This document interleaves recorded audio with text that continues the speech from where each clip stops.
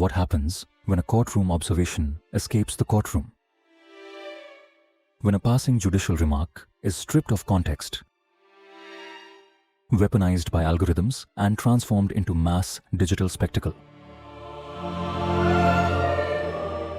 This is not merely the story of the so-called Cockroach Janta party. This is a warning about the fragile relationship between institutions, public trust, and the age of viral outrage. The Supreme Court of India was addressing a serious issue: fake law degrees, fraudulent qualifications, the growing misuse of activism and media spaces by individuals exploiting institutional loopholes. In that context, a sharp oral observation was made by the Chief Justice. But in today's digital ecosystem, context dies first. A clipped sentence spread across social media within hours, detached from its legal setting, detached from its actual target. And what followed was not democratic discourse. It was algorithmic distortion. The emergence of the Cockroach Janta party reveals a dangerous modern phenomenon: the conversion of judicial proceedings into meme entertainment. Courtrooms are not performance stages. Judicial observations are not viral templates. And constitutional institutions cannot survive if every legal remark is reduced to internet spectacle.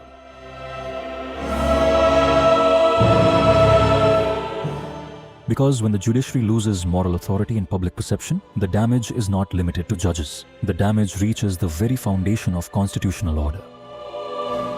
Criticism of institutions is legitimate in a democracy, but organized mockery designed purely for virality creates a deeper problem. It shifts public engagement away from substance toward outrage, away from legal reasoning toward emotional manipulation, away from constitutional literacy toward meme-driven tribalism. And that transition is profoundly dangerous for any republic. History repeatedly shows this pattern. Across nations, anti-establishment movements often begin as satire. But when institutions are relentlessly delegitimized, societies enter a cycle where public trust collapses faster than institutions can reform themselves. And once trust disappears, chaos fills the vacuum, because no democracy can function if courts, laws, and constitutional bodies are treated merely as content for algorithmic engagement.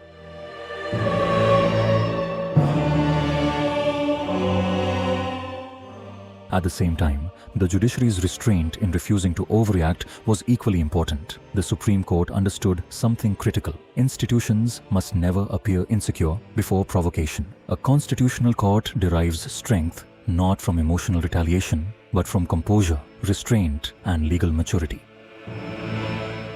And perhaps that was the most powerful message of all. The real issue before the nation was never memes. It was fake degrees, fraudulent legal practitioners, the erosion of professional integrity. Those are the battles that truly matter. Because when legal institutions weaken internally, public faith weakens externally, and rebuilding public trust is far harder than destroying it. In the end, this moment is bigger than one viral movement. It is about the future of institutional respect in the digital age. A nation survives not merely through elections or slogans, but through faith in its constitutional structures. The judiciary is not beyond criticism, but it must remain beyond casual destruction. Because when courts lose legitimacy in the public imagination, the rule of law itself begins to fracture.